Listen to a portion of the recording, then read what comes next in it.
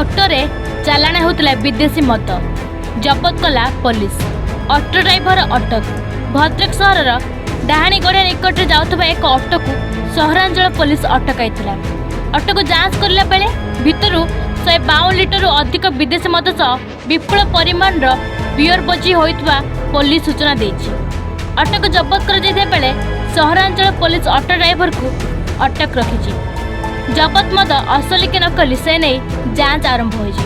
ମଦ କେଉଁଠାରୁ ଆସିଲା ଓ କେଉଁଠିକି ଯାଇଥାନ୍ତା ସେ ବିଷୟରେ ମଧ୍ୟ ତଦନ୍ତ ଆରମ୍ଭ ହୋଇଛି ବୋଲି କହିଛନ୍ତି ଟାଉନ ଥାନା ଅଧିକାରୀ ପ୍ରଭାଂଶୁ ଶେଖର ମିଶ୍ରା। आम एसपी भद्रक निर्देश क्रमे बर्तमान ब्राउन सुगर एवं इलिगाल मद बिक्री उपरे रोक लगाइए कंटिन्यूसली रेड जारी रही से पर्यायक्रम आज सका आम गोटे विशेष सूत्र खबर पाइलु जड़े लोक डाहाणीगड़िया एरिया गोटे अटोरे विपुल परिमाणर मद फरेन लिकर नहीं अन्नपाड़ अभिमुखे जाऊँगी बोली ये खबर पाई आम तुरंत घटनास्थल को जाइलु एवं बहुत चेष्टा क्रम आम उक्त अटो एवं अटो सहित मद सहित ड्राइवर को धरबार सक्षम होइथिलु एवं 10 पेटी मद थिला जहाँकि 152 लिटर 280 ml थिला। आनुमानिक मूल्य तार 60 ରୁ 70 हजार टंका हेबो। बर्तमान सी कौठू मद नहीं आसला क्या पाखु नहीं आसला और क्या पाखक नहीं जाऊला एवं तार मुख्य सूत्रधरक से विषय में तदंत जारी रही एवं तदंत पर विधिवत पदक्षेप नियाजिबो।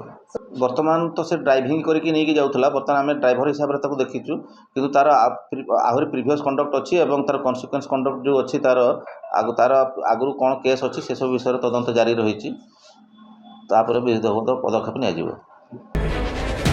भद्रक सुब्रकांत राउत रिपोर्ट एन ओडिशा।